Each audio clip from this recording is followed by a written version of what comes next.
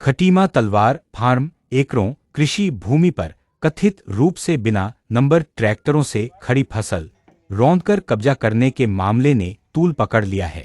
वहीं अब प्रकरण को लेकर सियासी हलचल तेज हो गई है।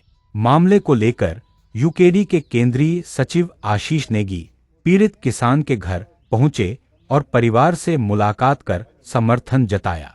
उन्होंने आरोप लगाया कि सत्ता संरक्षण के चलते भू माफियाओं के हौसले बुलंद हैं और किसानों का उत्पीड़न किया जा रहा है। आशीष नेगी ने कहा, सत्ता की हनक इतनी बढ़ गई है कि लोगों के अधिकारों का हनन हो रहा है। यूकेडी इसे बर्दाश्त नहीं करेगी। अगर जल्द ही दोषियों के खिलाफ सख्त कार्रवाई नहीं हुई तो यूकेडी आंदोलन करने को बाध्य होगी। उन्होंने चेतावनी दी कि आने वाले चुनाव में जनता इसका जवाब देगी। किसान युवराज तलवार का आरोप है कि प्रशासन से शिकायत के बावजूद अब तक कोई ठोस कार्रवाई नहीं हुई है। वहीं स्थानीय प्रशासन का कहना है कि मामले की जांच की जा रही है, तथ्यों के आधार पर कार्रवाई की जाएगी। क्षेत्र में राजनीतिक सरगर्मियां तेज हो गई हैं और विभिन्न दलों के नेता भी पीड़ित परिवार से मुलाकात कर रहे हैं। देखना होगा कि प्रशासन अब क्या कदम उठाता है। बर्बाद कर दी।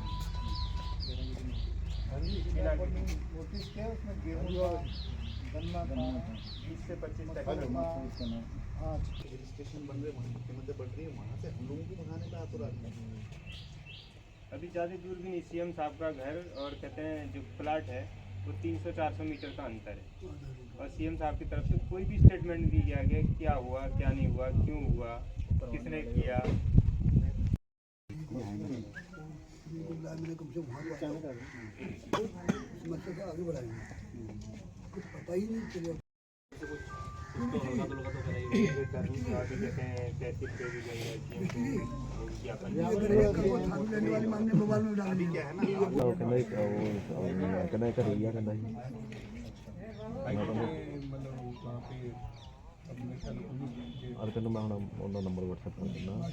ऐसा है, ये दमन है और दमन का विरोध उत्तराखंड क्रांति दल ने हमेशा किया है।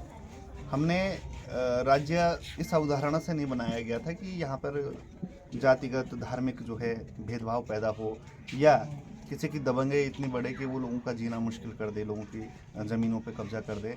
ये जब अपराध की श्रेणी में अगर कोई हिमालयी राज्य पहले नंबर पे है वो उत्तराखंड है और इस काले दौर में है जब धामी जी की सरकार है और उन्हीं के जनपद में हूँ मैं, उन्हीं के गृह क्षेत्र में हूँ उस समय। ये बहुत दुर्भाग्यपूर्ण है कि जिस उद्देश्य से राज्य बनाया वो तो बना नहीं और इस तरह की हरकतें जो है बढ़ती रही है। कभी अंकिता के साथ होता है, कभी किसान आत्महत्या कर लेता है, कभी उसकी ज़मीन पे कब्जा कर लिया जाता है।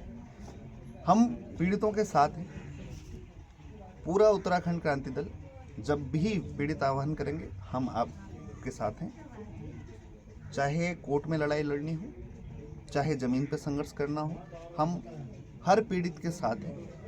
ये बात सरकार को, शासन को हम चेता देते हैं कि अगर पहाड़ों से भी, कंदराओं से भी आप देखना चाहते हैं कि कितना सैलाब जो हमारे यहाँ पर रह रहे हैं इन पीड़ितों के पक्ष में आना चाहते हैं, तो एक बार आप कोशिश कर लीजिएगा। आप देखिएगा किस किस पहाड़ के कंदरा से लोग निकलते हैं। ये हमारे अपने लोग हैं।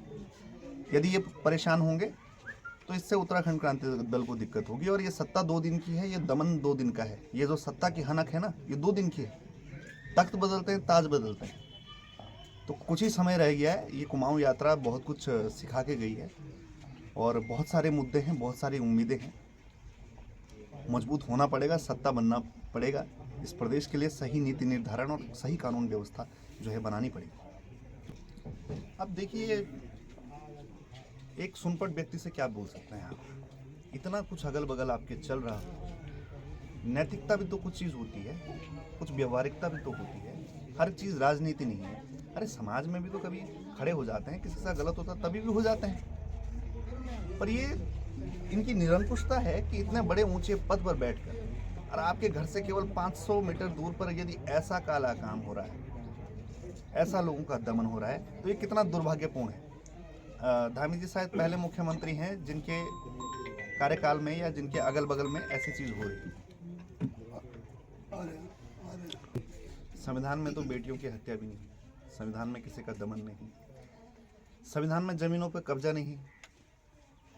कहाँ मान रहे हैं? अपराधी जो है दिन ब दिन बढ़ रहा है, देहरादून में इतने हत्याएं हो रही हैं। ये सब चीज़ें तब होती हैं जब गलत हाथों में सत्ता होती है। हम इस चीज़ को बहुत पहले भांप चुके हैं। हमें पता है जो काम हम कर रहे हैं वो कल कोई नहीं करेगा हमारे अलावा। आज भी अगर हम ये संघर्ष करना छोड़ दें तो कोई नहीं आएगा, इसलिए हमें करना पड़ेगा, सत्ता बन के उभरना पड़ेगा। जो जितनी भी इनकी हनक है सत्ता की वो सब निकालनी पड़ेगी। कुछ समय रह गया है, सब लोग जो है मन में गांठ बांध लें कि हम सही व्यक्ति के साथ खड़े रहेंगे, जो हमारे लिए मजबूती से लड़ेगा, स्पष्ट तौर पे लड़ेगा, हम उसके साथ रहेंगे। और देखिए अब एक बार सत्ता पे परिवर्तन होगी तो व्यवस्था परिवर्तन बिल्कुल होगी।